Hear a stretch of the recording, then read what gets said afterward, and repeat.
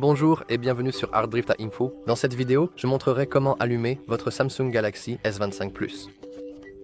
Commençons. Maintenant, comme vous pouvez le voir actuellement, il est allumé. Cela signifie que peu importe combien de fois j'appuie sur le bouton d'alimentation, rien ne se passera. Donc, pour allumer mon Samsung, tout ce que je dois faire est d'appuyer et de maintenir le bouton d'alimentation pendant quelques secondes. Et lorsque le logo Samsung apparaît, je veux relâcher le bouton d'alimentation et attendre environ 20 secondes, peut-être 15, jusqu'à ce que le téléphone soit complètement allumé.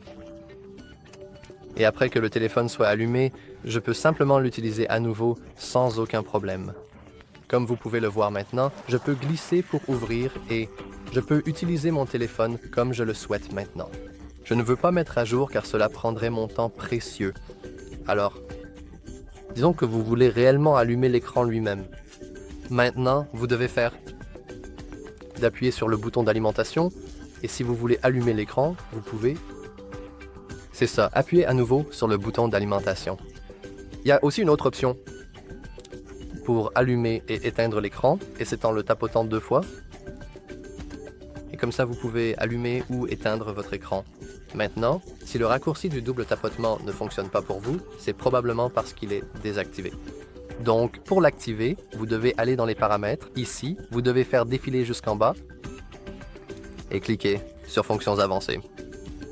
Ensuite, vous devez appuyer sur Mouvements et gestes. Comme vous pouvez le voir ici, nous avons le double tapotement pour allumer l'écran et le double tapotement pour éteindre l'écran. Nous pouvons les désactiver manuellement comme nous le souhaitons. Donc, par exemple, si vous ne voulez pas allumer automatiquement l'écran, nous pouvons désactiver cela. Mais vous pouvez laisser l'option d'éteindre l'écran activée, car c'est assez pratique. Et maintenant, si vous avez activé les deux, alors le raccourci fonctionnera pour vous. Et enfin, si vous voulez éteindre complètement le téléphone, vous pouvez le faire en développant le panneau ici. Et en cliquant sur le bouton éteindre, et comme vous pouvez le voir ici, vous pouvez simplement appuyer sur éteindre. Je crois que par défaut, vous ne pouvez pas utiliser le bouton latéral, car appuyer et maintenir le bouton latéral activera un assistant Google ou Bixby ou tout autre assistant que vous avez actuellement sélectionné. Si vous voulez désactiver l'assistant Google et réellement pouvoir éteindre votre téléphone en utilisant ce bouton d'alimentation.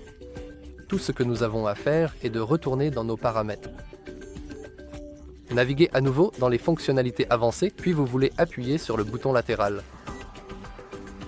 Et comme vous pouvez le voir, nous avons l'option de pression longue. Après l'avoir cliqué, nous pouvons simplement le changer pour le menu de extinction.